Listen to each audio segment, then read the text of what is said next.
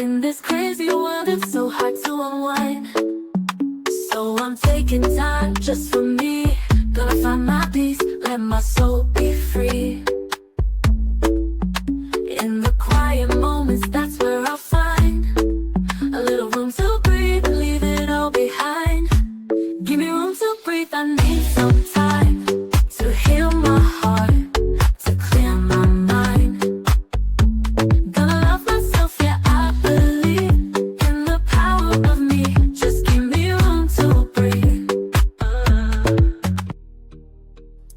Great new day to all my self-care friends and family.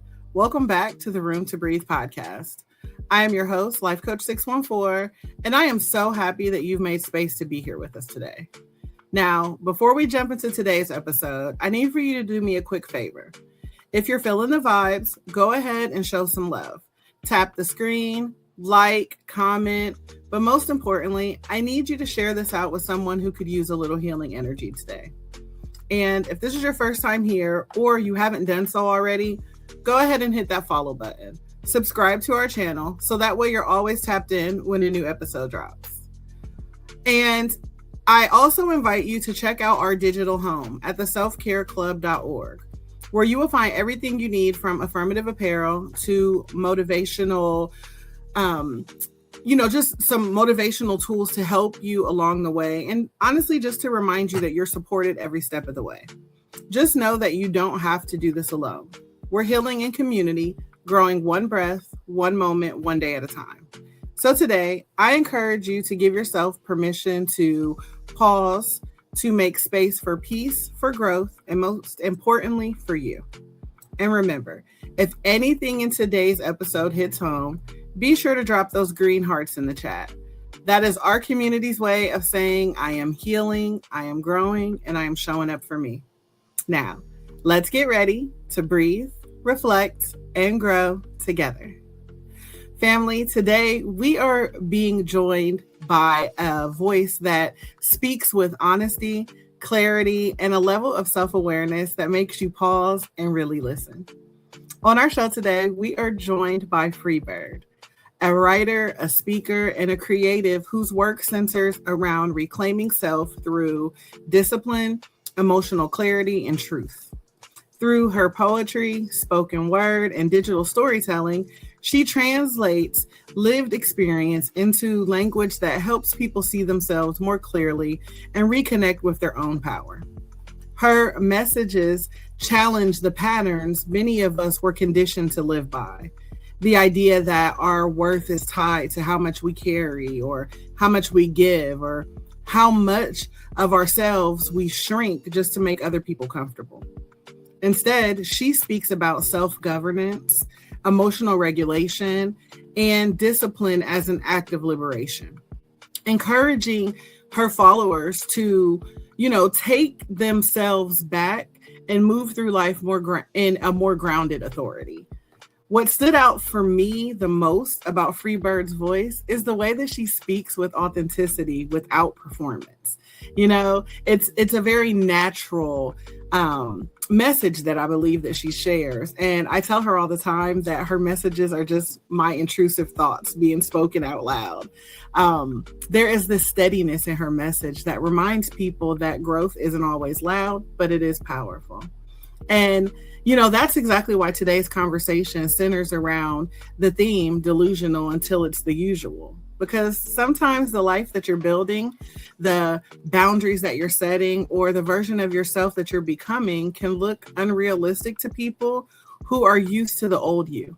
But over time, the things that once felt misunderstood begin to normalize as you stay committed to who you're becoming. So, family, I need for you to help me welcome in the amazing Freebird into the Room to Breathe. Hey, girl, hey. Hey. Thank you for those beautiful words. You are welcome. You deserve them and more. I hope I did a little justice, because if not, we'll run it back. I'll do it better. No, it was beautiful. I was over here like, holy moly, she's talking about you, kid. All you, girl. It's all you. Thank you. Listen, I was listening, but you know how you listen and you make sure that you're aware of what's happening. But it's just, thank you. I honor you. Yes, I love, when you get to tap in with like one of your favorite creatives. It's like I'm over here fangirling because I'm like, she about to talk to me, y'all. Okay, they gonna get the message too, but she talking to me, y'all. Okay. But let me tell you how aligned we are, though, because when I started watching your videos, I was like, it's like we're saying the same things. Exactly. And that's where the whole you're my intrusive thoughts, because I think it and then I'm like, oh, I probably shouldn't say that like that. And then you come in like, fuck that. Say it with your chest. And I'm like, yes. I am a baby sister and an eldest sister. So I'm right in the middle of where I land. And it's like, I really take the little sister position seriously because I feel protected. So I'd be like bold, like, yeah, and you ain't gonna say nothing because my sister's got my back. Period. Right. And that's why I'd be like, don't make me tell Freebird what y'all said. Because I'm gonna say it. Yeah. I'm gonna say it. I fight. So look, before we get into your story, what I like to always do here before we, even really get into the conversation is just to check in with your soul. So I'm going to start our conversation by asking you, how is your spirit doing today? This morning, my spirit was a bit rushed, but I think that maybe I can change that into a better thing. It was anticipating this moment. Yeah. And so the day began in a frenzy because I wanted to make sure that I was responsible on all parts. And sometimes that sternness looks like a spinning Tasmanian devil fire moving all around. But also just making sure that everyone was settled, that everything was settled. And it was almost like it was a storm just so that I could settle. So I acknowledged that in this moment. But it was all anticipation and excitement. Yeah. And so I was like, yes, that's a positive thing. And that's okay.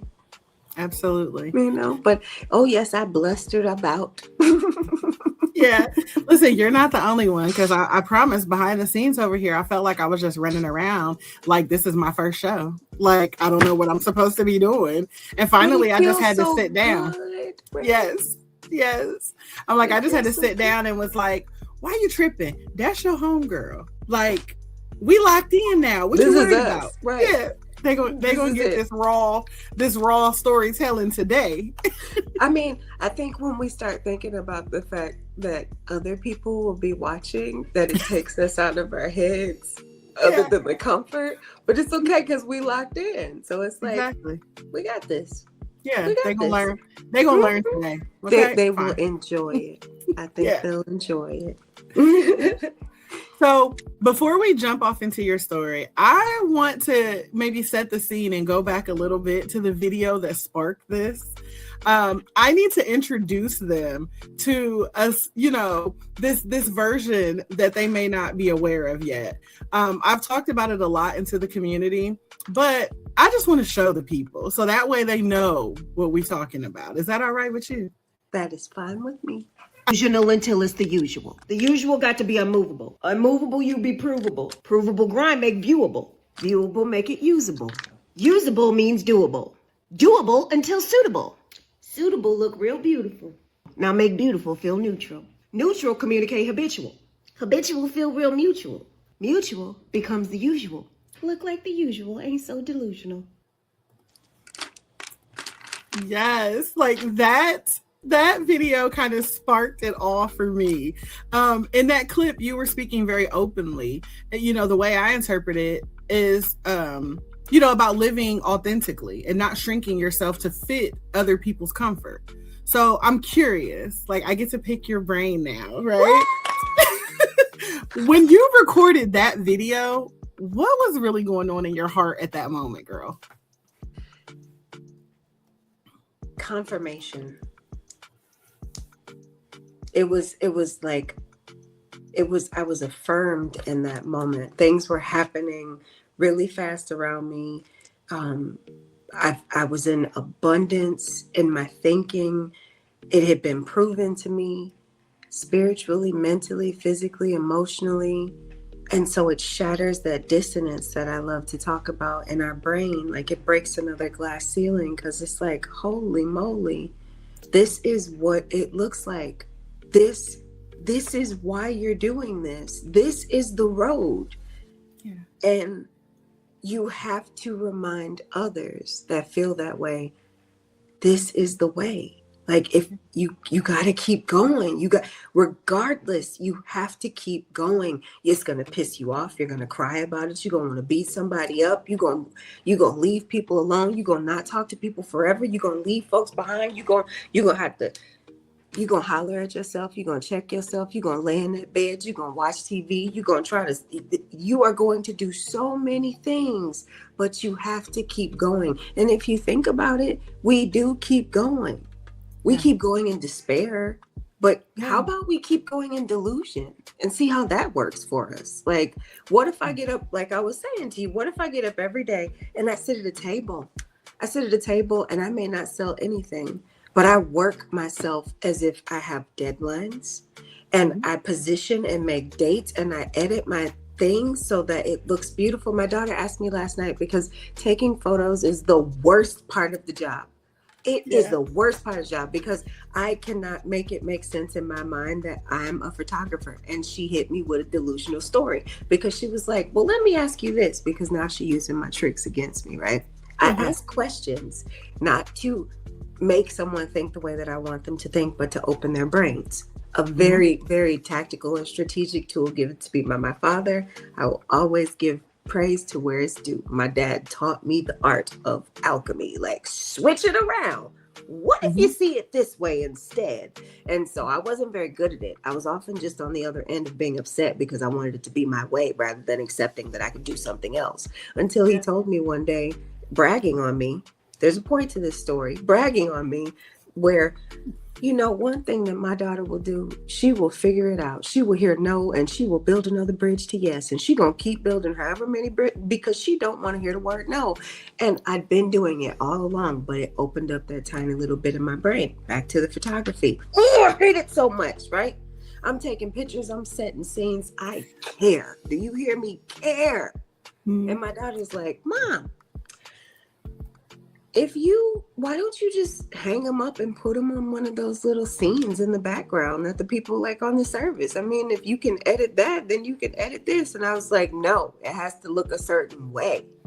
But then I say, but I'm not a photographer. And so she looks like, but aren't you? Because isn't that what you're doing right now? And so now, because it woke a little bit up, shattered that little glass ceiling spot in the mind of limitation.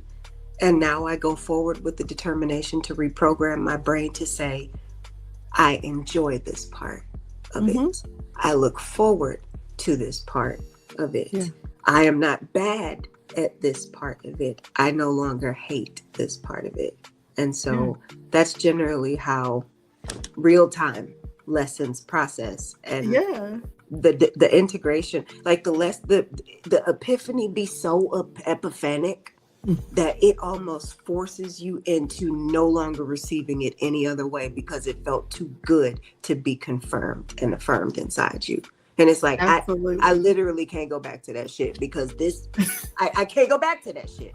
You know, like that's really what it feels like. To answer your question, I hope I answered the question. No, you absolutely answered it. They better keep up because we getting through this flying, today. Baby. I'm a bird. We fly. Exactly. They don't call her Freebird for nothing, y'all. Okay, emphasis on the free. Okay. My father told me, he said, if you get excited, your voice goes so fast and just faster and faster. He slowed down.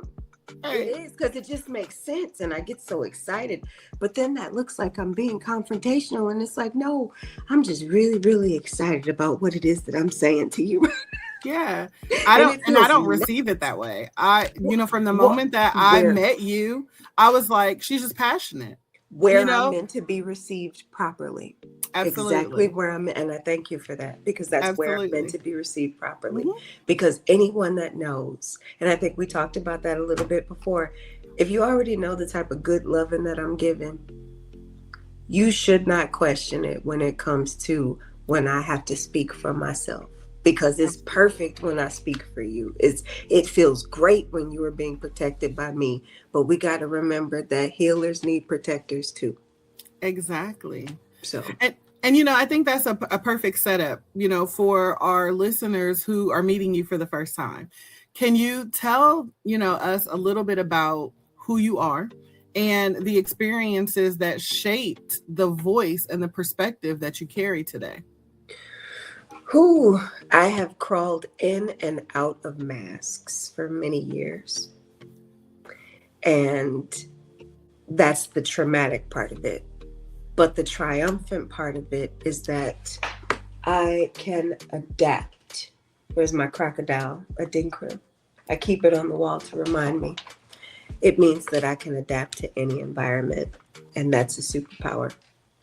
And so rather than wallowing in things that didn't happen because of the masks that I was wearing, rather than operating in my authenticity or however I'd always been chasing it, whether or not I knew, what I found was that I am so thankful for the experiences that led me up until this point, because I've never felt more fly in my entire life.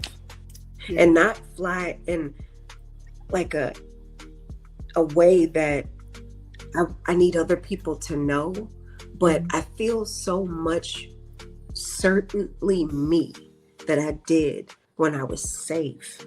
And not even alone in the way where I don't want people around me, but safe in the solitude of myself, where it's complete.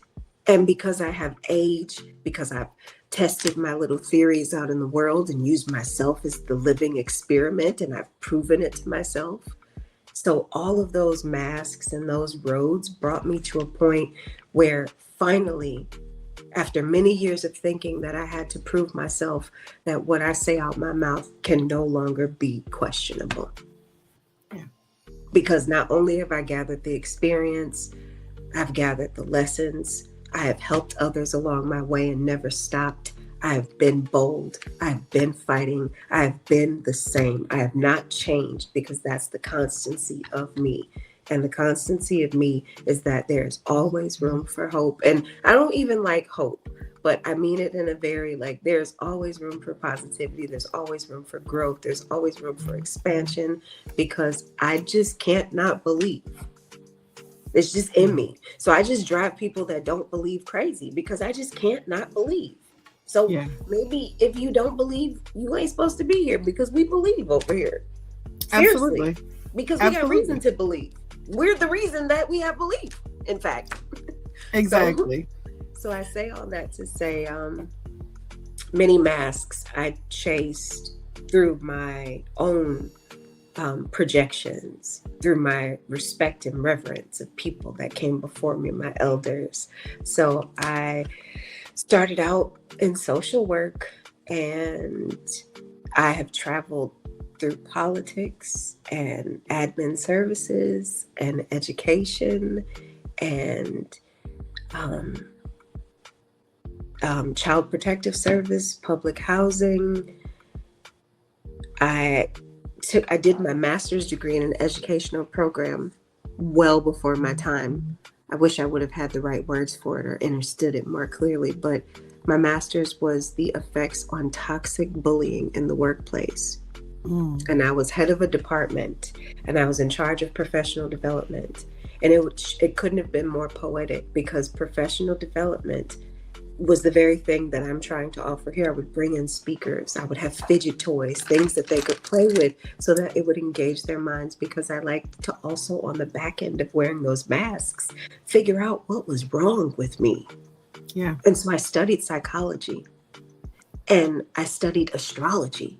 Anything that gave me deeper meaning to understand me, or at least being told by someone else that may have a little bit more experience. Other people would refute it. Like, why do you do all of that? Because, I just like to read. And also I like to collect information, information hound. And so on the back end of those things, I brought my psychology and understanding, which, in all fairness, I was a child of psychology. My father is a doctor. He's a PhD, so he's a psychologist, but he just got his degree. He walked across the stage the day that we buried my mother. as Dr. Morgan. Yep. It was a beautiful, terrible time, but he worked so hard and he spent many years. And it wasn't because I was trying to follow in my father's footsteps, but it was because we were interested in so many of the same things. And I revered him so that I wanted to rapid, quick travel that path, right? Yeah.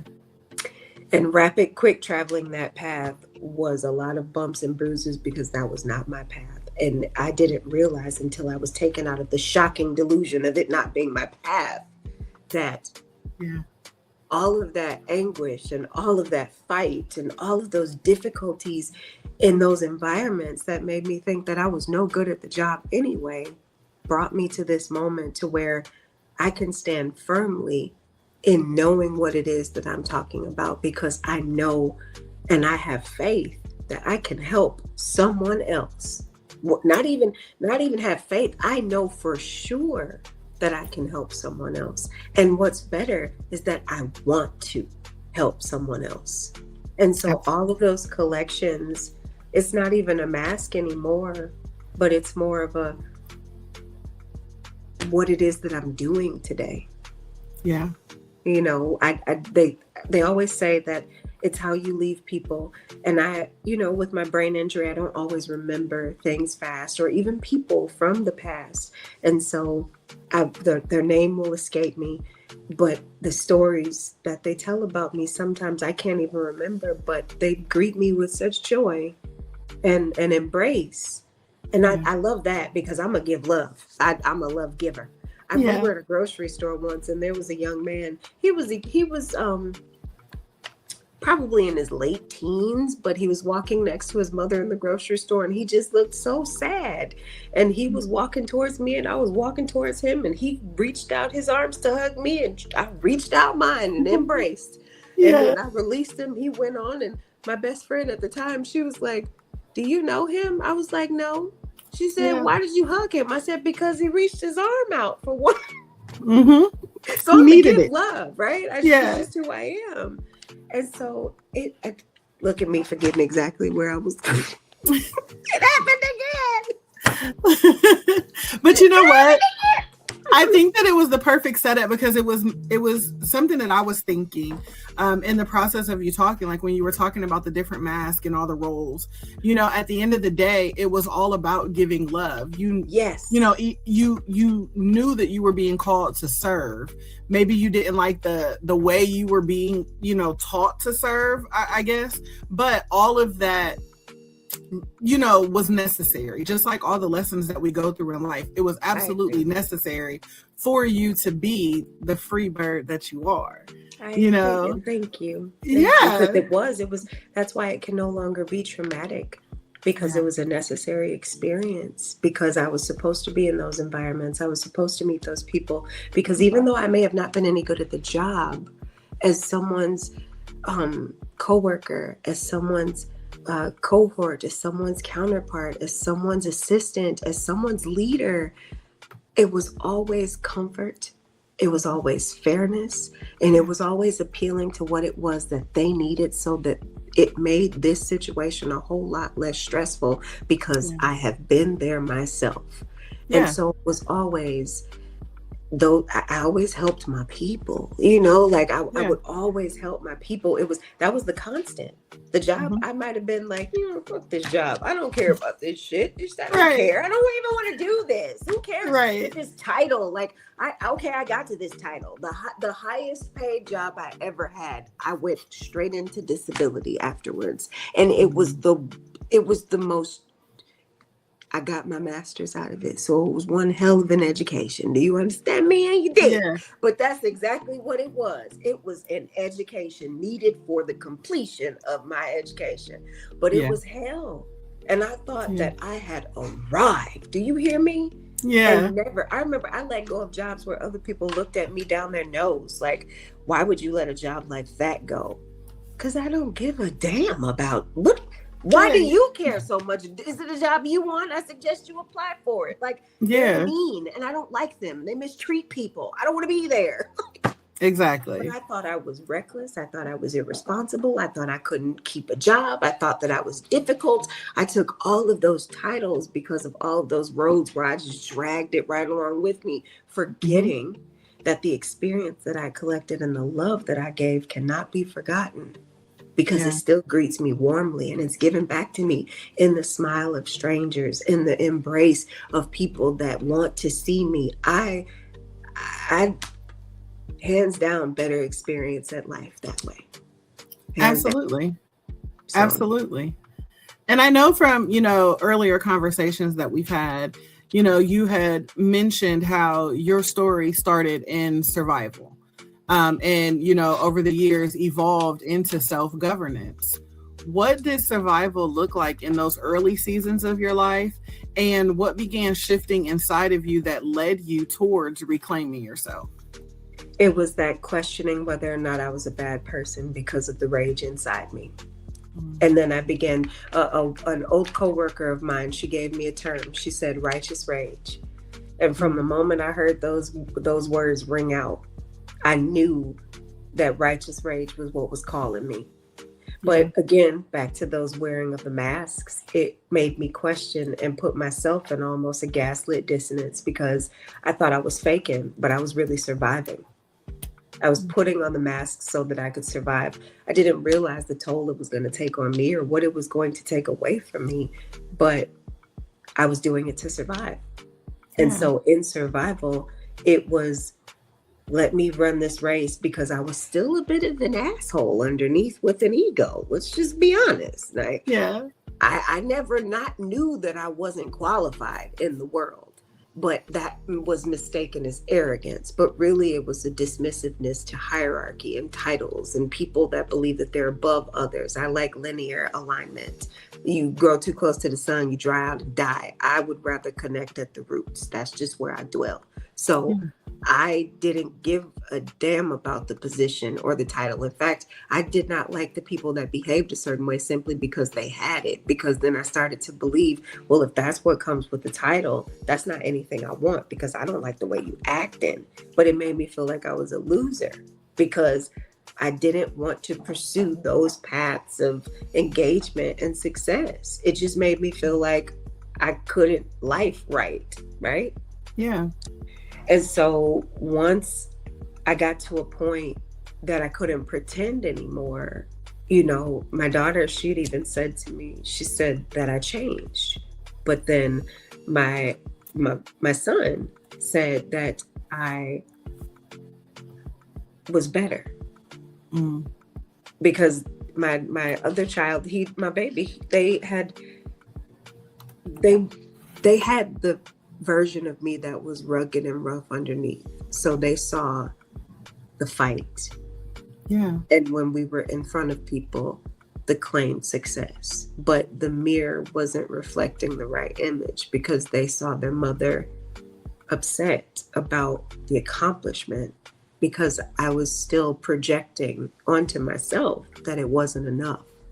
Because it didn't look like someone else's success, because I wasn't as fast as theirs, maybe a family member or even my parents. Like, I compared myself to everyone around me, and I took in way too many opinions that I lost myself, because I was too busy trying to move my body and program it so that I could succeed. And I failed myself.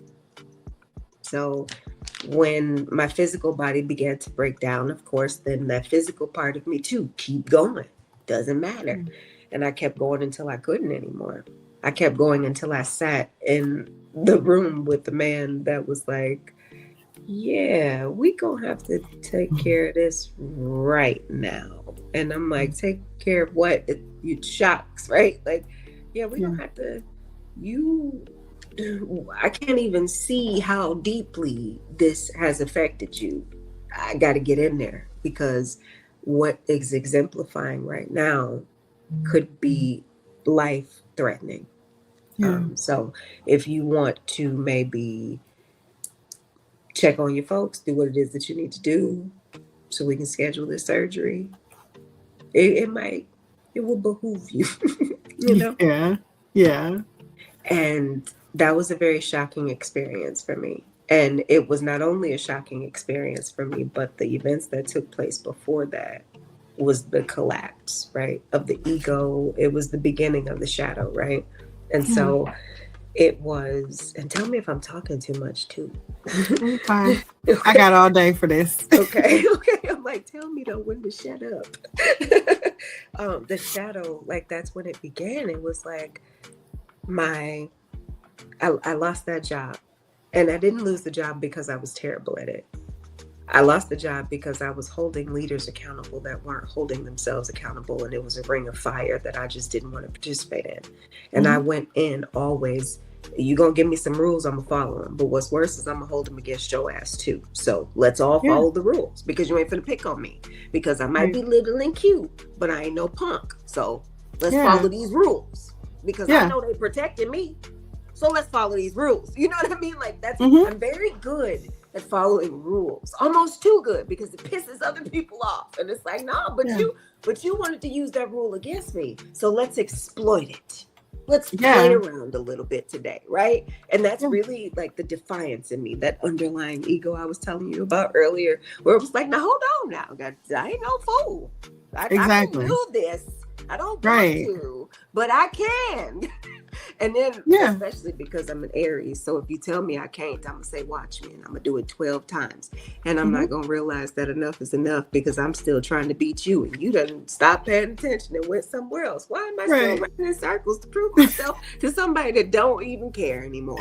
Right. It's all a part of the shocking experience, right? And so physically rendered brain surgery. It was like, it wasn't an ABC after school episode, but it certainly felt like one because it was like brain surgery. That is definitely not something that you hear every day. What you have is rare. We have to operate now. You'll lose your life. You know, I was like, I just got the highest paid position I ever had in my life. I'm thinking I'm on the way up. I'm finally going to get there. Even though it is miserable, I'm finally going to get there. So the job let me go, reapply, made nonprofit leadership is toxic as fuck, but made me reapply for the position because they wanted to give it to the woman that was underneath me because she was more digestible. She was just following the rules. She just needed a job and she wanted the title. I didn't give a damn about that. So I found it pretty insulting that you vetted me. And then because I came in telling you that I thought this was the reason why you hired me. But then when I had to turn it on to you, all of a sudden I became a big problem. And so that was earth shattering because I had been taking care of my children. I had been providing a life. I always felt unsteady, but it wasn't really like, it was still, I was succeeding or it was steady, you know, just at a hit plane, I guess I should say. And it was devastating to lose your job. And then 6 months later, less than, be told that you have to have brain surgery. And then you have brain surgery. And 3 days later, the entire world shuts down. So it was COVID. I came home, because I thought it was strange. I was at the hospital and they were like, only one person can come and see you now. And I'm like, okay, well, what's that about? Well, you know, there's a virus going around and you can only have one visitor and they have to leave after a certain time and you can't have this. And I'm like, okay. And at the third day, I remember my doctor, she said, if you can get up and walk, then you go home. Take these damn things off me. I want to go home. You talking about it's a virus and I got my head wide open with 37 stitches from my skull to my neck? Yes, please. Let me go home and heal. Ain't nobody sick there. Right? Exactly. And, you know, it's not really the gimmicky sort of way, but in the way where I understand people that wake up different because I woke up different. I woke up real different. I woke up real humble. I knew, and I had said to my family members, I said, I know on either side, I'm going to be all right. You know, so if it's meant for me to go, I got me quite a party waiting on the other side too. But if it's meant for me to stay, which is what I wanted to do because I didn't want to leave my children, then I'm gonna be all right on this side too, right? Yeah. And sitting, just laying flat on your back for 8 months straight while the world is shut down and you still have to be a mother and you are recovering and your balance is off and your life is different and nothing is, because I'm used to just going. I just force myself to do it. Determination, just go forward. Right. You can't do that anymore. You literally have to stop. But it wasn't even that you literally have to stop here, because there were also 6 years later there were also 6 more surgeries to follow after that. And so what I have is Chiari malformation. I don't think it's as rare as it really is. I think that just a lot of people that maybe have the same genetic or issues may have gone misdiagnosed, right? Because it took me forever, right? And so it starts with a lot of headaches. Like if you've had headaches your entire life, that's something that you definitely want to check on. I remember my neurologist was like, Frances, no one's supposed to hurt every day. And he's like, that's not normal. Like, you're not supposed to be in pain. Like, no one has a headache like you and can time when it's going to happen, and it affects their vision and all these other things, right? And so I would suggest that more people advocate for themselves, because that was even a dark night of like this. That was shadow work as well, because I was so busy and always trusting what the doctor said. Nothing's wrong with you. You just need to lose weight. Nothing's wrong with you. You're just too big. Nothing's wrong with you. You just need to stop eating this. And so I just went through life hating myself, because the very thing that I needed to stop doing was the very thing that I found the greatest comfort in, but was also killing me at the very same time. And so it was like, okay, how are we going to get out of this? You just get sick of yourself. Yeah. You just get sick of yourself. And then you laying on your back for 8 months and you don't know what to do, but you know that you are going to die after you made it out of this. And that would be insulting for you to die of a heart attack or a stroke after having brain surgery and surviving. Yeah. And I want to be clear. So Chiari malformation is where I believe your brain tissue extends into the spinal cord. Bringing me back. Thank you. Yeah, no problem. So it's a 3-part harmony. I remember the doctor walking in, the neurosurgeon. She's got all 3 of them. She's got all 3. So they don't know. There are 2 different theories. Chiari means my brain is too big for my head, so it started to grow outside into my neck. Yep.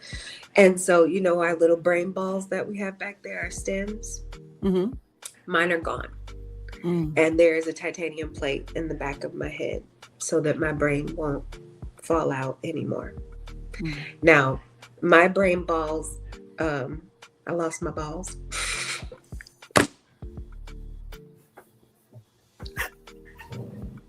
Why did I know you were about to say that? We can't keep it serious to save our lives, girl. It was funny. I knew it was coming. I was like, she not gonna make it. She not gonna be able to not say it. Yep. It was just right there. It was such a gem. I had to take it. I had to. Okay, I'm sorry. So they started to intertwine within my neck. So then I also had a tethered cord, which meant that I was walking a little funny on the right side. So the tethered cord is where it attaches. It's almost like adult spina bifida. And so it began to grow and attach itself. Like my spine was too close to my pelvic bone, and it was just a whole mess that needed to be cut up because it was growing in all the wrong places. And then the stenosis was my brain pushing out, but they don't know if the tethered cord, because it attached, rips the Chiari out of the head. Not Chiari out of the head, but the brain that pulls that cord, because it's all connected back there. Or if it's the brain that is pushing so much that it puts pressure for the tethered cord to begin to attach itself. And so my column, because we don't know if it was a push or a pull, grew narrow in places it was supposed to be wide, and wide in places it was supposed to be narrow. So I was just flipped completely, right? And so I have C at the back of my brain, and then there's just C1 and C2 right underneath. And then C3 to T1 is completely made of titanium and bolts. Like when you look at my X-ray things, you just see like my neck, and it's just like I look like Frankenstein because I got bolts everywhere. Yeah. But I think it probably should have been found earlier, but it wasn't. Yeah. And that's okay, because it was found when it was supposed to be, and before it was too late. So I'm thankful for that. But it was odd to be immersed into this culture of everything being an urgency, because I was just so used to listening to the doctors telling me that I was okay. So I was like, I'm fine. What are y'all talking about? This is fine. Nothing's wrong. It's all good, right? Yeah. And it was shocking to be changed into something different, but it was necessary. I always, I wrote something before, because I also chakra work. So you have your crown, and you have your throat, and you have your sacral. And when I had my first Reiki session, my sister told me that those were all the 3 places that doggone near made her cry because they were blocked. And those are all 3 areas that I feel were opened up by my neurosurgeon: my sacral, my throat, as well as my crown. And I believe it was necessary for this journey. So yes, I woke up different, but it wasn't different in the way that was I needed to strive, but different in the way where I knew that I couldn't that way anymore. And so I needed to adjust. And I didn't want to feel sorry for myself. And because of my brain injury, a lot of things loop for me.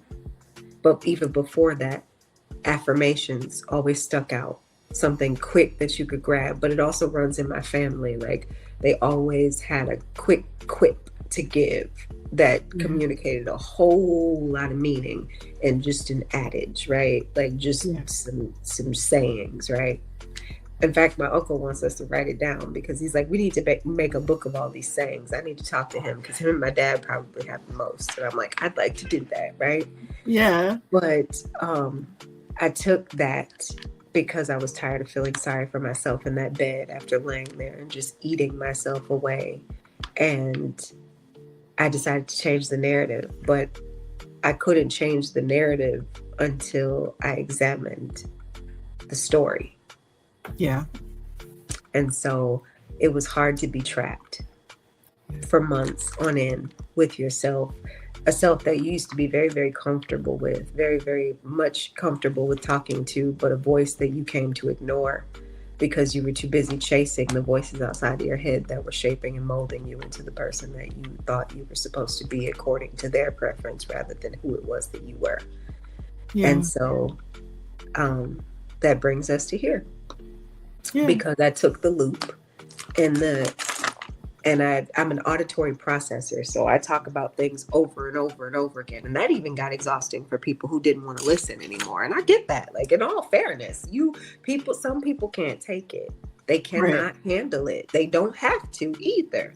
But the ones that remained in my life were the ones who, if I need to repeat this because I feel like I didn't say it the right way before, if I ever have a chance to apologize for something that you may have not even been that affected by, but because I feel conviction that you still even give me an audience to do so, hindsight is 2020.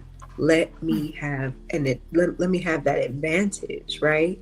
Yeah. But in examining that darkness, a lot of people that the illusion sort of kept up with in that even delusion was putting past that things that had been happening, I couldn't take full responsibility before, or not before, I couldn't take responsibility for without addressing the wound, without tracing it back. And a lot of people will try to convict you for that. They'll make you feel like you're being childish. They'll tell you that you need to go to therapy. They'll tell you that they will project onto you simply because they can't handle that you are really trudging through the hard stuff. Yeah. Right. Like they because they're not going to get that far. And that was delusional for me because my positive projection that I had put onto the world was that everybody was like me. So it was like, A woman told me, she said, you speak to me like I already know what you're talking about. And I'm like, and that's respect.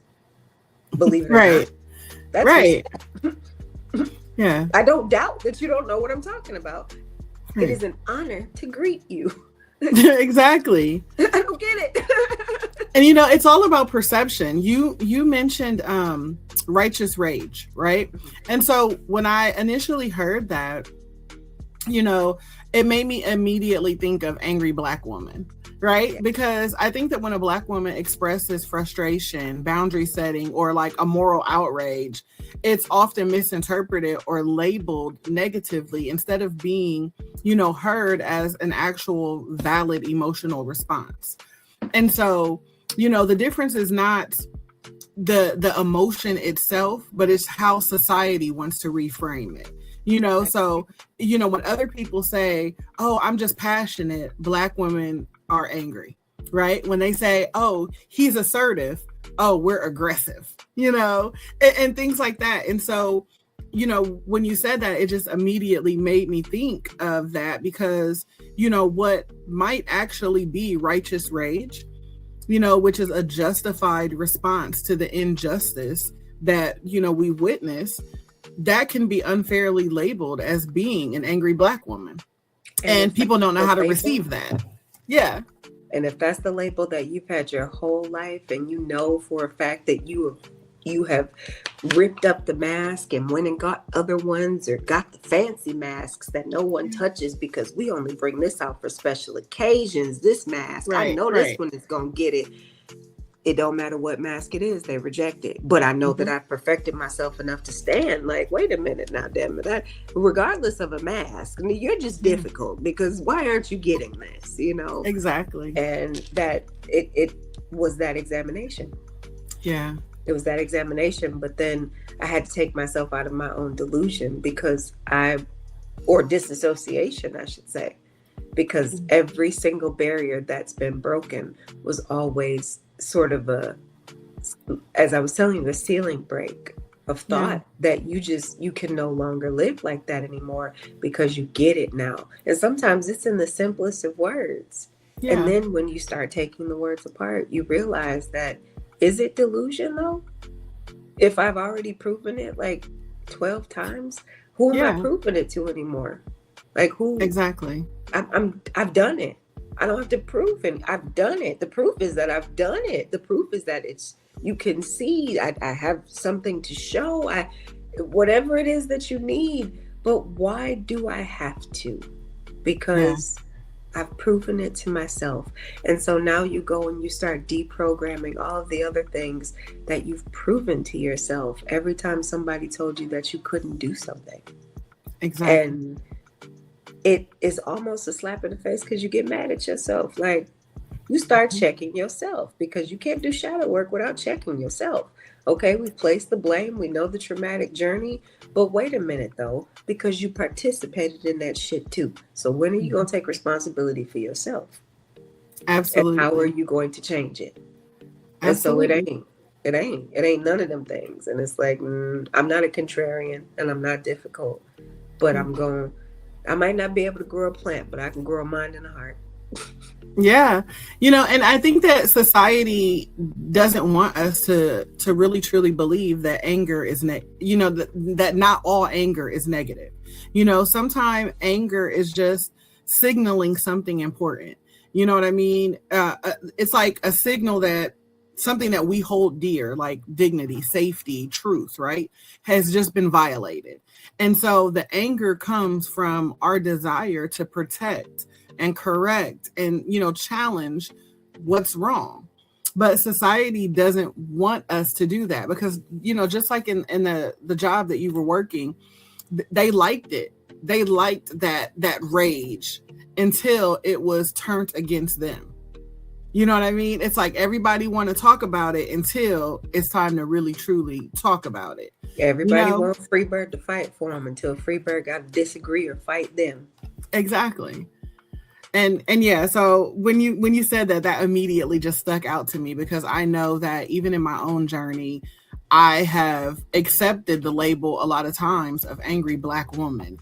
And so you saying righteous rage, made me think back to my own experience. Like, hold on, because I've never really identified as angry at any point in my life, you know, but I definitely have felt that rage. Yeah, but I've definitely feel that rage because, again, right is right, wrong is wrong. And I don't care who you are. They done let us live in that delusion of thinking that simply because we addressed unfairness, or because we spoke up, or because we said no, or because we have a bit of self-respect, or we have limits and boundaries, that we are difficult.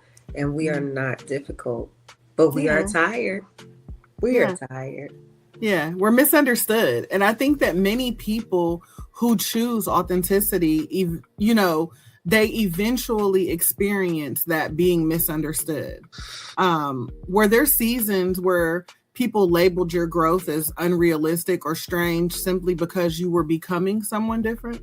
100% looked at me like I was a fish out of water, and I had no business being there, believing it. But it was also something that I was used to, because that when that young lady said what she said, that she did not get her confidence from compliments. She hit something deep in my soul to where it is now a mantra that I keep in my head, because that is really what it was. I got teased, I got punked, I got bullied, I got mistreated, I got fought, I got all of those things my entire life.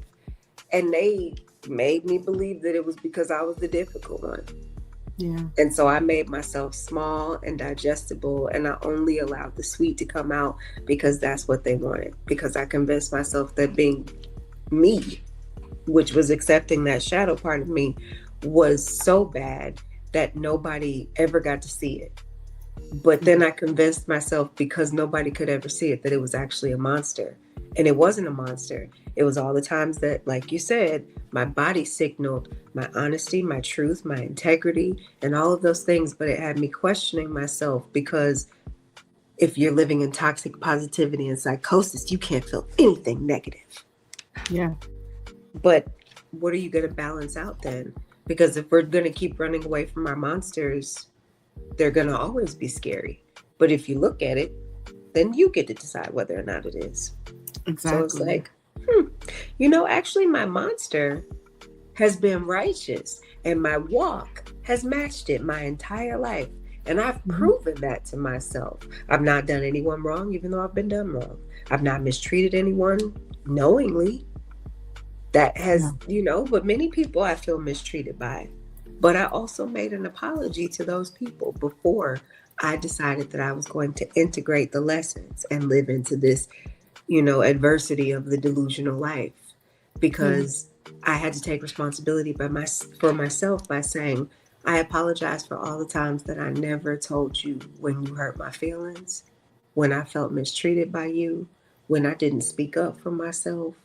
So it's going to look like I'm real sensitive because I have feelings. And it was a fuck you tour. I went on a fuck you tour because I had already sort of been the alchemist and understanding, because I didn't grow up with both of my parents. I was raised by my father later as a child, but my grandmother and my aunt and my elders that are now ancestors, house full of adults, protective adults, raised me, right? And so, my mother and I had a wonderful relationship, have a beautiful ancestral relationship, but her presence was sorely missed for the majority of my life. And so it was just reaching. It was always reaching at me. It was always beckoning to me, calling toward me, right? And so I think I forgot the point, but I have a point. I had to examine those things of what I was afraid to let go of the most and see whether or not they'd even been worth it. Am I alone, or have I always been alone? Do I feel alone, or have I always done it by myself? Because then that's shocking you out of that delusional thinking, because it's like, wait a minute, no, that's not right. I've done this and I can prove it. And then you scrub your mind over and over again, because you're like, if I'm gonna use this crazy, let me use this crazy to reaffirm things rather than doubt them. Right. Yeah. And so after you finish obsessing about it, let's take rumination and turn it into cleaning, scrubbing, removing viruses. And that's not something that happens in a day. Right. It takes time. Once you get bugged, it takes time. So let's take rumination and let's just respect and appreciate that our brain runs these systems. And maybe it's our brains that can run these systems, and that we don't have to look at it like it's a bad thing. Because if we're not putting the bad things in it, or we're challenging the bad things, and that's how I needed to meet the dissonance with delusion. I had to be defiantly and declaratively bold. So they say examine, not absorb, right? Right. So you see, and it's like, I see you rage, Mm-hmm. or I see you projection, or I see you anger, but we gonna move this way. I see that you're there and I respect you. But let's see what happens if we maybe calm it down, relax, and do it this way instead. And then your heart's not racing. Now, you might sound like an asshole, but your heart's not racing with the anxiety of trying to be digestible for someone that wants you to behave the same way because it benefits them. Right. Because they're used to you. And then they want to beat you back into silence. They want to passive aggressive you back into silence. They want to strong arm you back into silence. They want you to be whoever it is that they need you to be so that they can keep receiving the way that they were once receiving from you. Yeah.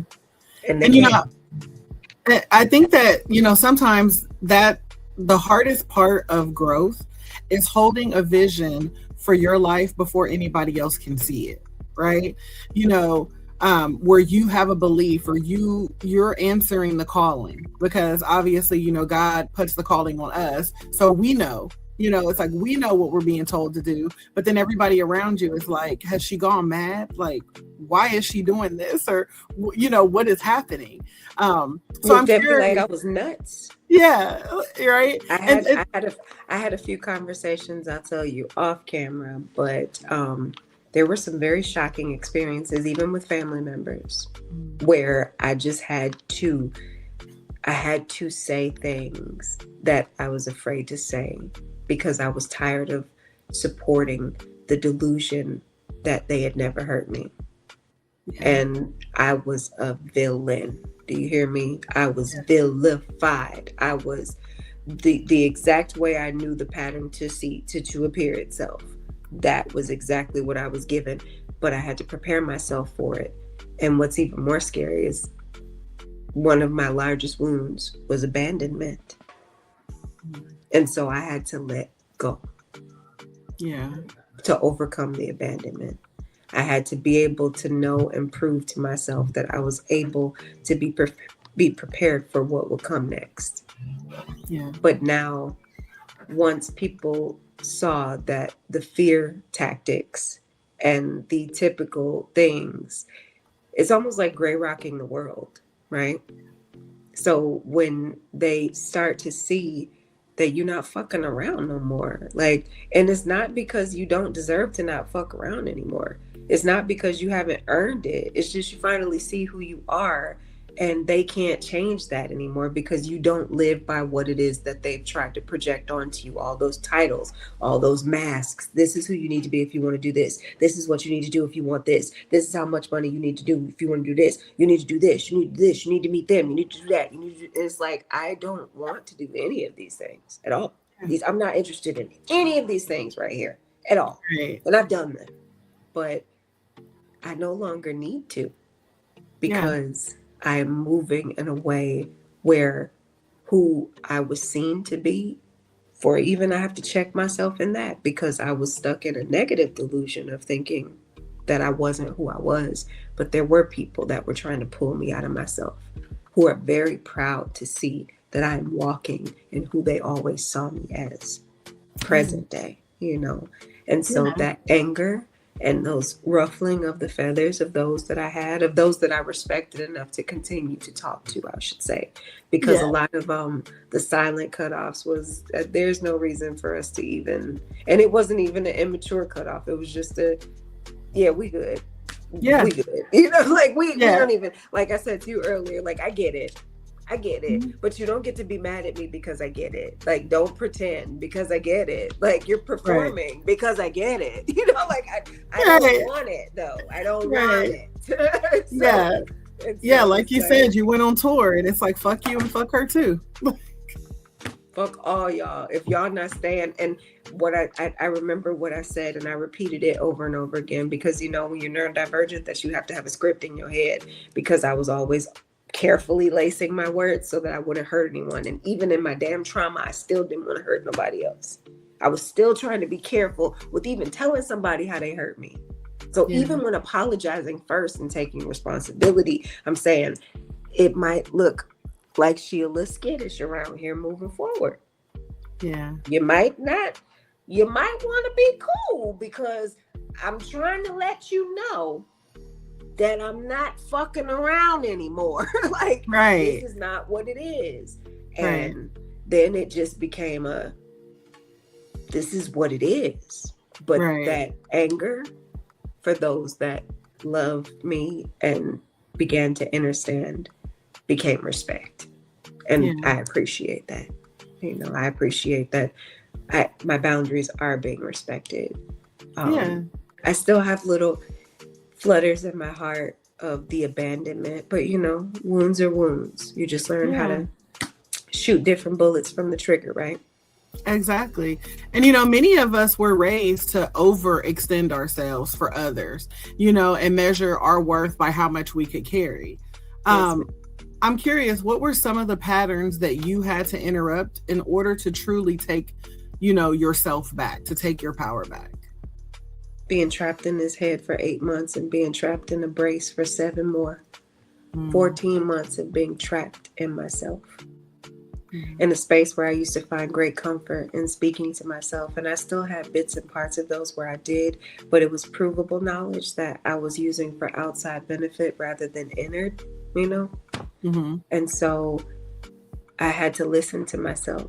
I had to listen to what were the screams. I call it the gallery. One of my friends, one of my sister girls, she said, you have these things that you're protecting in the darkness, and they're in trophy cases, and it's just trophies of trauma that you just want to protect, and you got to release that. And so I call it my gallery. And so I went deep in the darkness and I began to examine what was in the glass boxes. And that's what I did. I went window by window. And I got angry, and it evoked physical. And because of the surgeries that I was having somatic releases where I was violently crying, but still the thoughts were racing. And somehow the ancestral voice was always there. I knew that it was, but I stopped listening when I thought I had it, rather than tuning in all day and being led completely. And I know that I'm not completely led, but I'm completely tapped in every day and more aware, so that I'm able to stop and check in with my body and give myself space and say my truth, because it just feels so much better. And I know that I'm not trying to hurt anyone. So it just, it stabilizes me. And my pattern is just it's on repeat. And that's sort of how you can either get trapped in the trauma or you can process it. And the really great thing about some people is that they can process it, and people will look at you and they'll purse their lips and they'll be like, yeah, whatever, we know your pattern.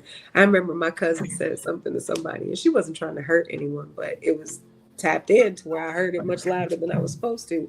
She was like, just keep asking her. She's going to eventually say yes. Oh. You're like, oh, really? You think? But I took that with me as thank you for that gem. Let me go and pluck that, because you're absolutely right. Because we are preconditioned to take on too much and not and say that we enjoy it. And say that it's easy, right? Yeah. And so it was that moment where the ruminations of the intrusive thoughts that I had to block, the gallery of people who had said things to me, the gallery of people projecting onto me, the gallery of people mistreating me, and start to own my voice again and be able to use the mental part of what was blocking to back it up. So it was a spiritual as well as a mental, emotional, and physical regeneration and connection, because all of those things woke up together and they Yeah. had to be exercised and moved in a way where they could be more useful to me. Limited, but more useful. But it seemed to open up in abundance, because once you begin listening, you get a lot of inspiration. You get a lot of words. You get a lot of things in there, and Yeah. it feels good. It doesn't feel bad anymore. It doesn't. I mean, there will be something there, but I almost now search through my gallery with a flashlight if something flashes. I still Yeah. repeat, but I use my written therapy and therapy to be able to process and process and process. And I really, if I'm being honest with you, it's a lot of self-therapy. I am Yeah. way too self-aware for therapy, and I don't mean that as a compliment to myself. I would like help. I don't want to be self-aware. That is not a compliment. Okay, how do we move past this? You know what I mean? Like, it's almost like that's what I need help with. It's almost like, what do I do now? You know what I mean? Right. I did a lot of background studying, and I studied myself even more deeply. I went into a PhD program for developmental psychology, but after brain surgery, I taught myself that maybe I needed to wait a moment and heal, And so we put that on pause, but it's all good. But I learned a lot in that walk, in that research journey. And when I started to learn about no longer intellectualizing things in my mind and ruminating, and rather feeling them, but speaking to myself aloud so that I can reprogram my subconscious, but also command my body. And things began to work for me in a way that you look at first and you're like, that ain't for real. That's just a coincidence. But then it's just too many coincidences to keep happening over and over again, where you're like, holy shit, I think this is really happening. But you're scared to say it out loud. So it's like, okay, when are we going to break this fear? It's been proven. It's literally, it's almost like you finally doing what you're supposed to be doing. It's almost like this what it feels like when you get synced up. It's almost like this aligns. It's almost like, why the fuck are you questioning it if it's working? Exactly. It's like, just do it. Like, okay, we know. Like, keep going. Right. And so your work translates, psychology, spirituality, and healing into words that I believe that people can just pocket up and kind of carry with them. Why do you believe language holds so, such power in helping people to reclaim themselves?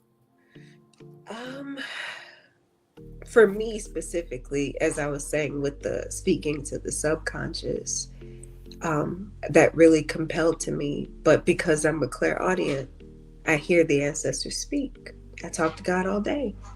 And so the words that I receive and the words that I give out and the proof of the existence just within the action or experience of another reflecting back at me has proven that to me, if that makes sense. Like, when you get in the right, I know that I have the gift of gab, right? But I also know that it's being put to great use. And going back to what I was telling you, I feel better when I make other people feel better. Yeah. It's just who I am. And it doesn't empty me out. In fact, it fills me up, because everyone feels better. And that feels better for everyone. Yeah. So it's it becomes just that very same thing. Like, it's it becomes the very same thing. I'm sorry. It's like, it's fulfilling. No, I know, I 100% get it, because I mean, even the mission. Like that's it. Yeah. So it's like, mic drop. I said what I said. Yeah. Well, no. It's just because I think that's like the proof, right? Like, I think it's like it speaks back, like us, one another. Like, it's a call and response, and we feel full, right? Like, it can translate into something physical, so physical that the excitement this morning was building for me because I looked so forward to this with you today. So it was like, people feel that. That is a physical feeling. And if I can give that physical feeling that communicates and crosses wires everywhere else to make something connect, you're going to have to start honoring science and mathematics and psychology and social work and all things humanity in order to make it work, because we are for humanity. And it's like, that feels good. I'm going to keep doing that. That feels nice, Exactly. So, And I think really the proof for me. And I think that also, ties into you just being a creative all around, right? Using your creativity as healing. And so your work, also expresses itself through poetry, through art, spoken word, like so many things. Like I can see all over, the art and the creative things that you have going on, so I'm curious, what role has creativity played in your healing journey? Oh my goodness. Well, I told you before, remember that coloring book? I got my little feelings hurt and I lost my job, and I thought that I was probably not going to ever be where I was, because I did catastrophic thinking. I started catastrophizing everything, and I just let myself go deep down into it. And I started coloring with coloring pencils and crayons that I wouldn't share with my children. I like the ones that felt like oil against it. But then I started thinking, I can put this on some earrings. Didn't have nowhere to go. Didn't have no business going nowhere. But I wanted to make some earrings. Yeah. And I had started beading earrings back in 2003, 2004. I made safety pin earrings and glass beads. It was my first business. We called it Just Beat It. Because music surrounds everything that I do. Right. I'm a clairaudient. I listen, right? And so it became wooden earrings to resin and epoxy to organite to crystal jewelry to little things that you could make just to hold, little fidgets. It brought me back to those professional development. Like, I can make fidgets. I don't need to buy them. I can make this. And I just never stopped. And I got more and more excited. I have my entire garage is full of fashion and color. I have canvases. I have a artist talk, a live art talk and panel coming up in April. And I am working on like a copper sort of metal metallic relief piece that's full of travel patterns and indentations and foils. I like a lot of things put together, but in a very synchronized way, as I'm sure you can understand about what it is that I do. But where I found the voice closest, when I didn't want to sit within the confines of myself, they tell you do something physical. So first it started with just, mobile things with your brain. You have to, your neck, you have to pinch, you have to move, you have to exercise. So rolling clay and, cranking and molding and drawing, it's how the brain rewires itself back to, and I didn't want to lose my wit. I didn't want to lose my mind, right? I knew that my life had changed. So I was just, as I say, I pray all day when I create. Like that is what I'm doing. Every piece is a prayer. Every piece is a prayer. Every piece is a dedication. My creation station is my altar. Yeah. It is my altar. So I pray all day. And in praying all day and thinking of those experiences, I would cry. And my children would be so disturbed. And I would just tell them, like, I'm okay. Just leave me. Just let me cry. And in crying, it became the transferring of the message and the honesty of the words that I was afraid to use. And more times that, and we also know, like, scientifically, like, and physiology, when you start molding and crafting, it increases the creativity in you. Like, art is not dying. Art is very much alive. It's people that know that art can heal that want to stop it, but art heals. And I think it's just being connected in a way where something that I can see in my mind that I can put and make and create directly in front of me, it gives you a bit of a pride in yourself, because that is yet another thing that proves to you that yes, you can. So if yes, I can do these things, yes, I can conquer the hardest part of me, and that is remembering who I am. Yeah. And so that's how it came. Yeah. And it's something so rewarding, and being able to actually create something with your hands. You know, you get to pour so much love and care in it. And then when you know that that item is intended for someone else, you know, people don't realize how energy transfers through certain items. And honestly, I didn't really truly understand that until, okay, look, I had someone who made candles and wax melts and things like that. And so I did not realize how much energy got poured into certain things, literally, until me and this person had fallen out. And I was over the situation. Like, I was done with them. I had said, fuck you, and kept it moving, you know? But I was like, why is she still here? Like, what is happening? This person has never stepped foot into my house. This person no longer has access to me, but why are they still accessing me?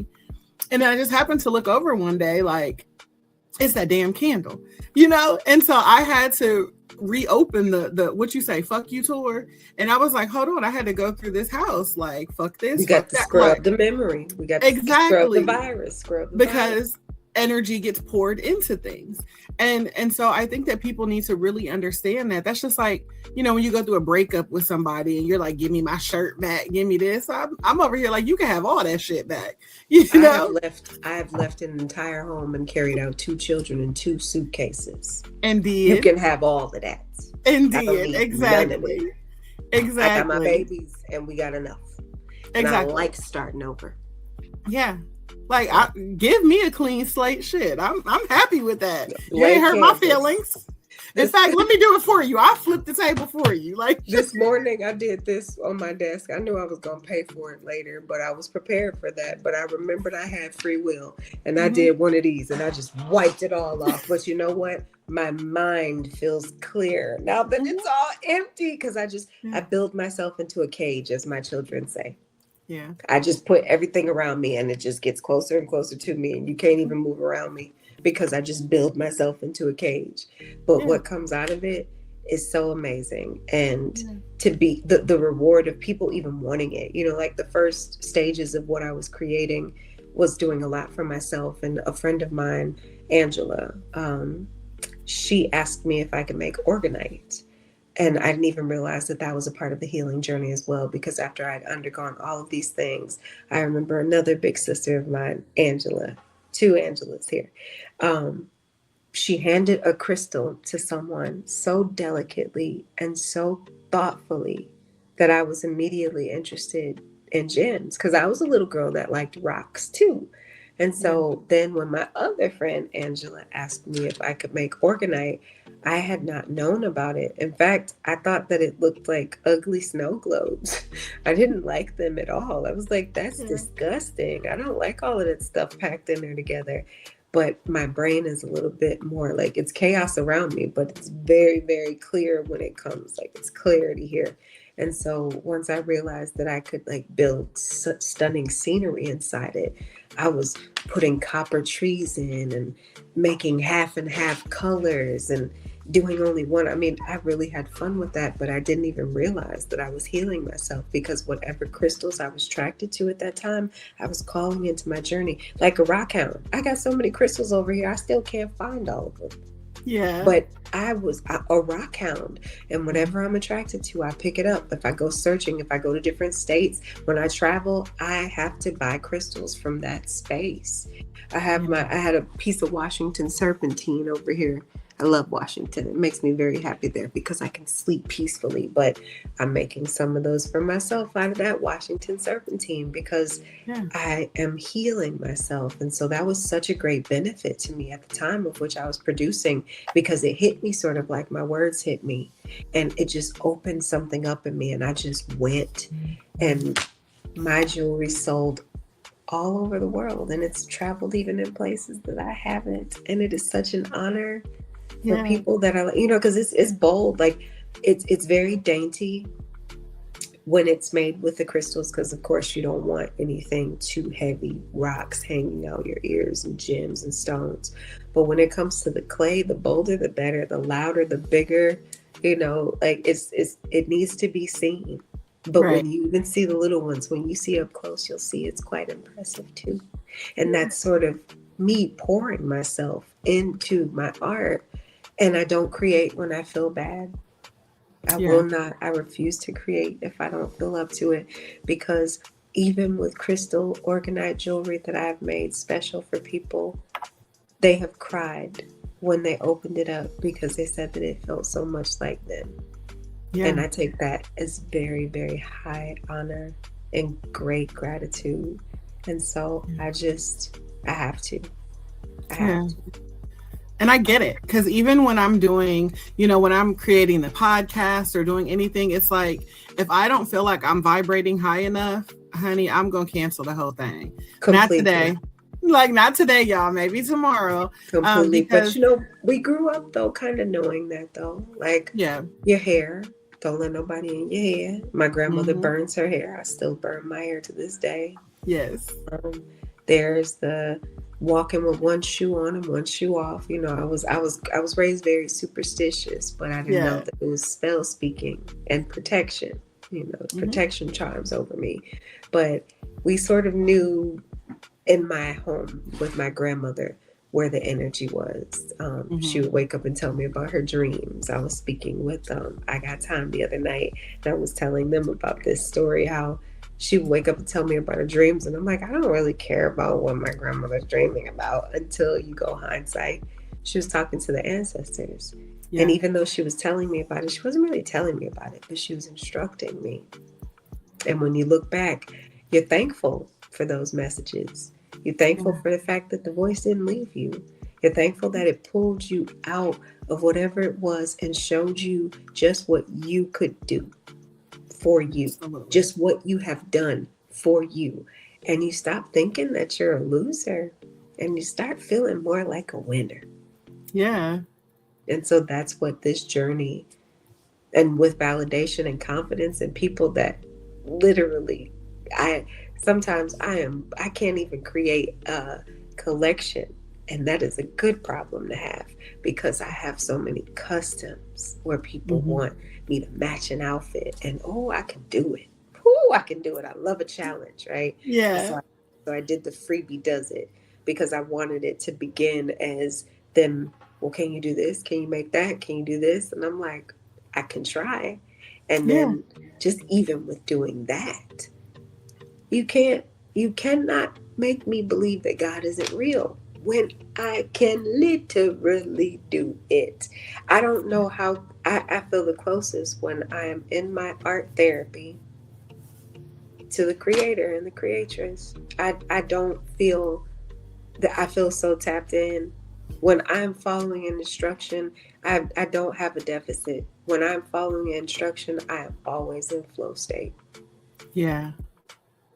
Yeah. And it makes sense. And it makes sense to me, because even, I say all the time, when we look at the word impossible, it actually says I'm possible. So like, that's enough for me. You know what I mean? I'm sitting here crying and working and processing, and I didn't do this, and I believe. Yeah. So I'm thanking and crying and praising and praying and and it becomes this cycle of my mind no longer thinks in desperation. Yeah. It's a release. Yes. It's like your art is a release. And you have the opportunity to, like I said, kind of pour all of that into what you're doing, whether it is the spoken word. And, sometimes it's the release that you didn't know you needed. But oftentimes it becomes the release that we didn't know we needed.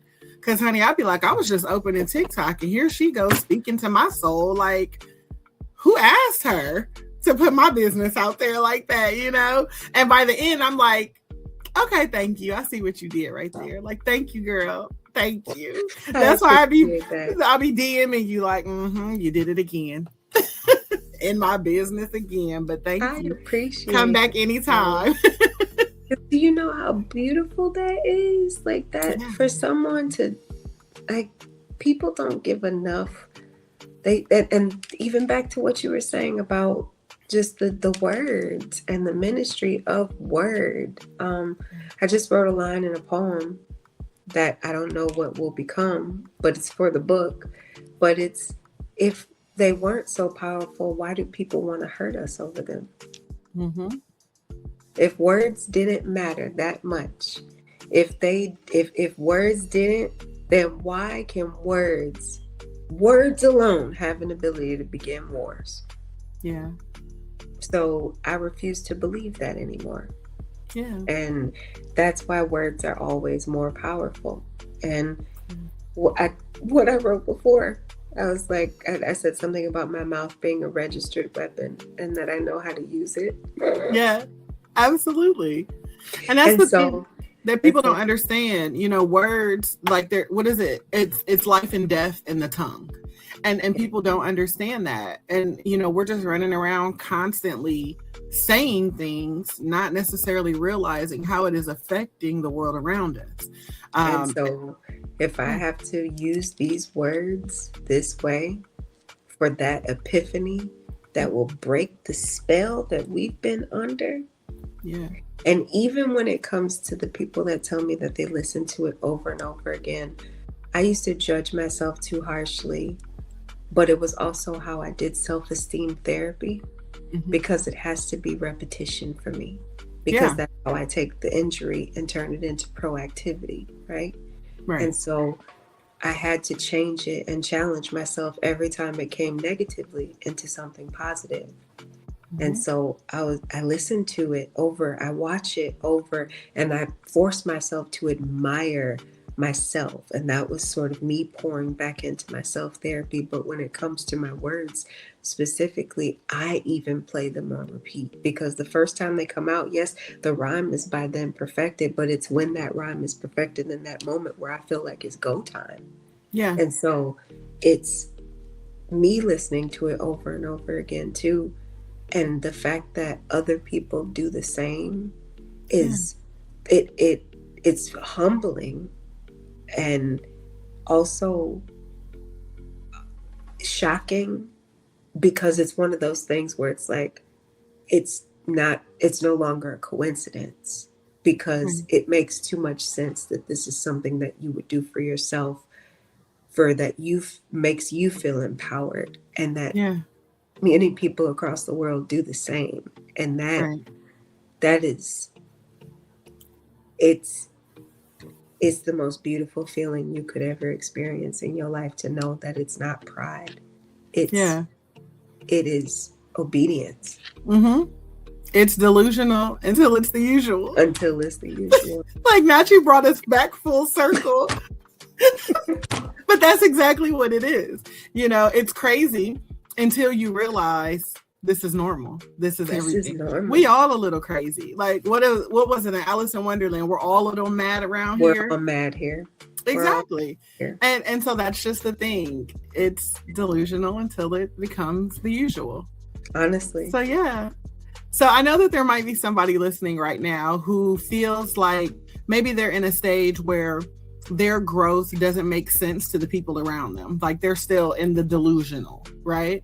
What would you say to someone who feels like they're, you know, the only one believing in the life that they're trying to build?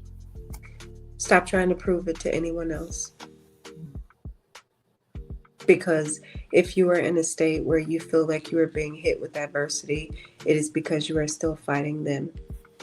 And we need to fight ourselves, because the part that needs to be fought by ourselves is no longer needing to prove it to people, because then we're still living for them, even if we don't think we are. Your growth doesn't need to make sense to anyone else, because it's what you need. Yeah. And it might not look what anybody else wants it to look like, and it might look vastly different from what they're used to it looking like, but you have a right to change at any time that you wish. So if you feel that you are spinning, let it go. Turn it loose. Turn it loose. Wash, rinse, and repeat what it is that fulfills you, not what somebody's telling you you need to do to make them feel more comfortable. Yeah. And Absolutely. Yeah. You're going to feel like an asshole. I even say that too. Like, it's going to make you feel like an asshole because that's the previous people pleaser in you repeating itself. It's because that overachiever, that overgiver and just acceptor, that performer in you, that mask wants to be put back on for safety and survival because it's scary. But the safety and survival of living fully within yourself and not giving a fuck is ripping that mask off and looking and meaning what it is that you want for yourself and exemplifying it in your walk. You got to walk that shit how you talk it too. So you got to hold yourself accountable. Absolutely. And, I wish that more people understood that the vision that God has given us, he gave to us, so when God has a calling on you, like he gave that to you, not the crowd. There's no, there ain't no damn group text. There ain't no, you don't get so many likes and views for it. At the end of the day, everybody's always going to have something to say, so if you stay where you are, people are going to tell you that you're not growing. If you start growing, they're going to tell you that you change. If you take a risk, they tell you you're doing too damn much. If you play it safe, they're going to say, oh, her ass over there settling for less. So like there's literally no version of your life that is going to silence everybody's opinion. Because they're always going to have an opinion. Exactly. So just do it. Like whatever the thing is, just do it. And if we've lost and rebuilt, what are we afraid of losing? If we've rebuilt, we've literally rebuilt. What's that quote? You have lived through the worst days of your life. Yeah. Yeah. The worst 100%. Days of your life, you still came out alive. Exactly. I always tell people, to date, you have 100% beat every single weapon that was sent to destroy you. And you're still here. So, like, fuck it. Just do it. What do you have to lose? You just gonna fail up. Yeah, exactly. It's never a loss. It's a lesson. Yeah. It's never a loss. I don't take losses, but I take lessons. I learn lessons. All day. And I do not allow bridges. I create bridges to yes. Yeah. Yeah. I'm with you there. Because what do you mean I can't do? Okay, I'll swim. Okay, I'll bike. Okay, I'll walk. Okay, I'll crawl. Okay, I will drive. Okay, I can fly too. That's the last ditch effort, but I can fly. Yeah. And listen, sis, I don't care how you get here. Just get here if you can, okay?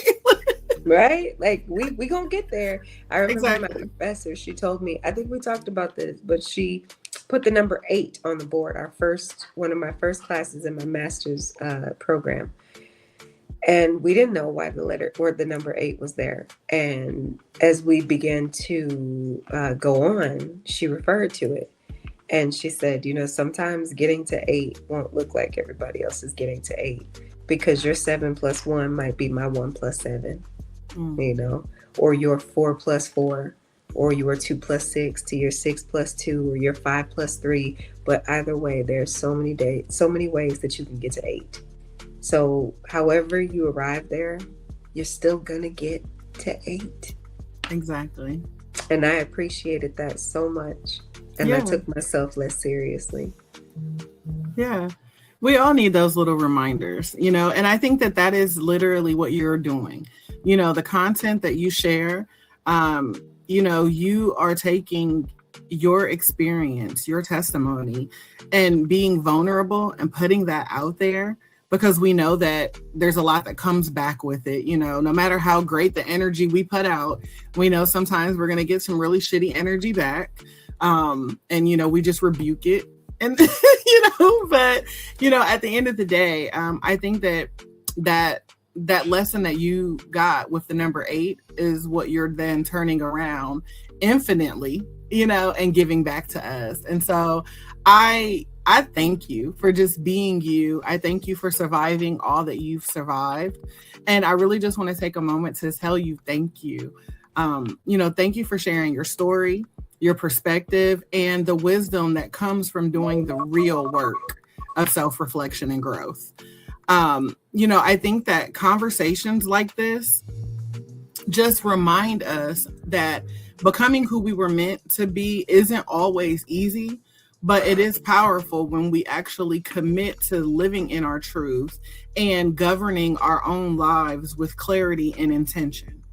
So yeah. And it's like, for me, I believe that your messages about, self-mastery, emotional clarity, and discipline as a form of liberation is really something that so many people need to hear. They don't always know it, okay? But they need to hear it, especially, in this society that we live in that often encourages us to stay small, to stay comfortable, and, continuously sit. Exactly. Like to sit in patterns that no longer serve us. So like, girl, when I say thank you, okay, like I literally mean thank you for just showing up with authenticity and allowing us, not only to have this conversation, but to just have permission. Like I always say, to have room to breathe.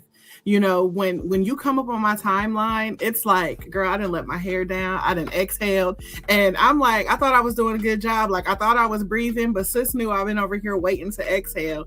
And she served exactly what I needed. And so I just thank you for being you in all of your amazing glory. Thank you. And thank you for seeing me, because that really is just like the reward.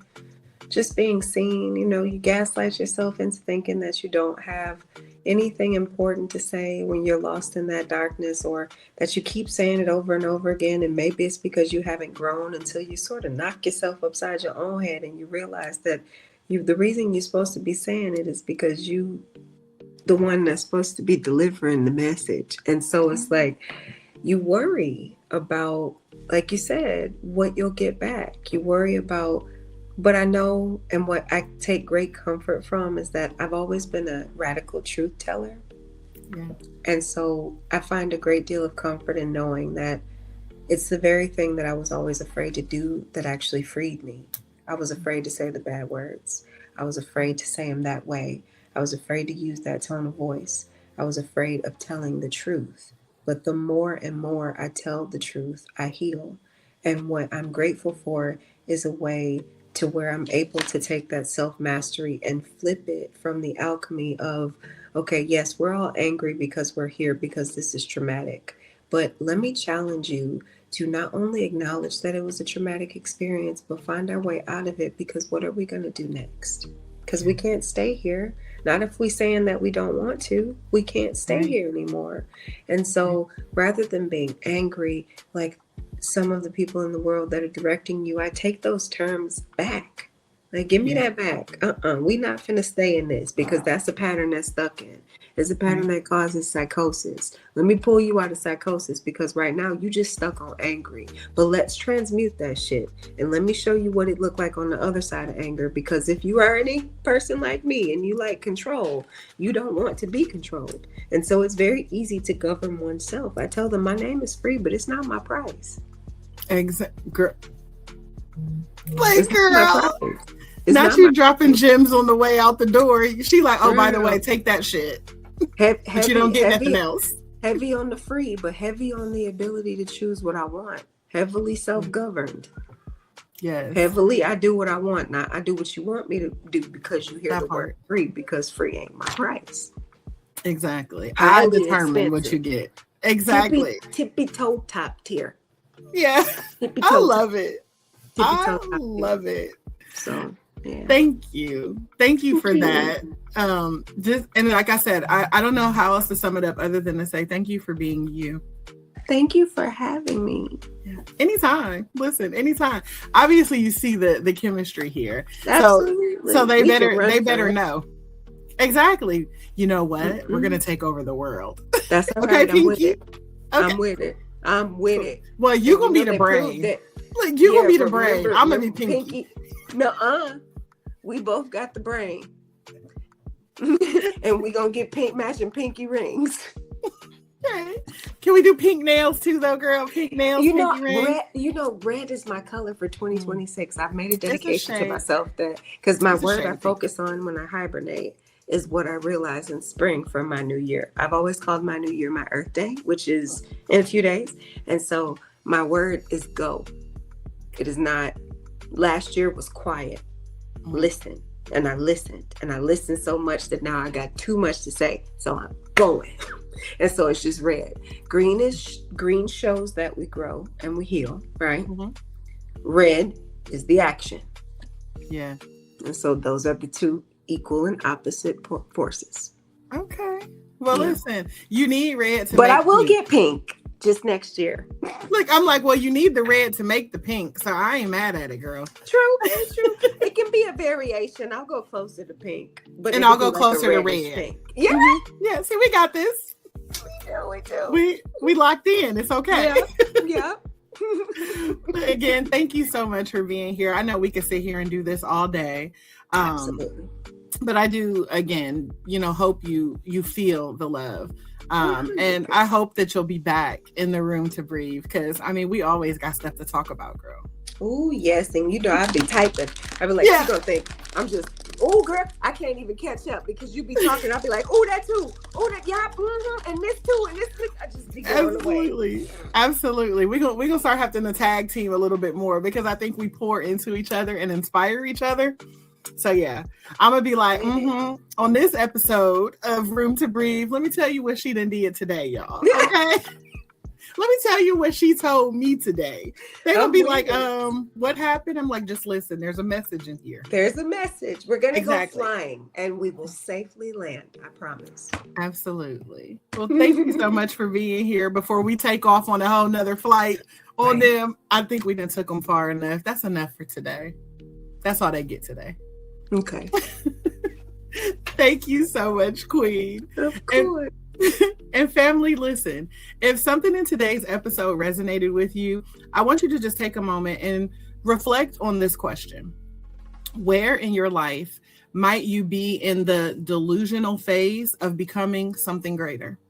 Because sometimes the vision that you're holding on to for your healing, your purpose, or your growth may not make sense to everyone around you. But that does not mean that it's not real. Often it simply means that you're in a season where faith, discipline, and self-belief are building something that no one else can see, or maybe they just haven't caught up to yet. So if you're walking through this space right now, I just really encourage you to keep going. Like my sis said, it is time for us to go. So keep honoring the version of yourself that you know that you're becoming. And if today's conversation spoke with your spirit, I need you to do me a quick favor. I want you to tap the like button, leave a comment, and most importantly, please share this episode out to someone who might need a little encouragement on their journey. As always, I'm here to encourage you to keep breathing through the highs, the lows, and every single moment in between. I want you to keep choosing peace, even if it feels out of reach. And know that here at the Self-Care Club, you will always be seen, always valued, and always supported. So don't be afraid to take up space, speak your truth, and make a little room for you to breathe. I love each and every one of you to life. And I am praying that your day is not just amazing, but aligned, intentional, and yes, on purpose, filled with purpose. This has been another Room to Breathe podcast. And I look forward to connecting with you all again soon. Thank you.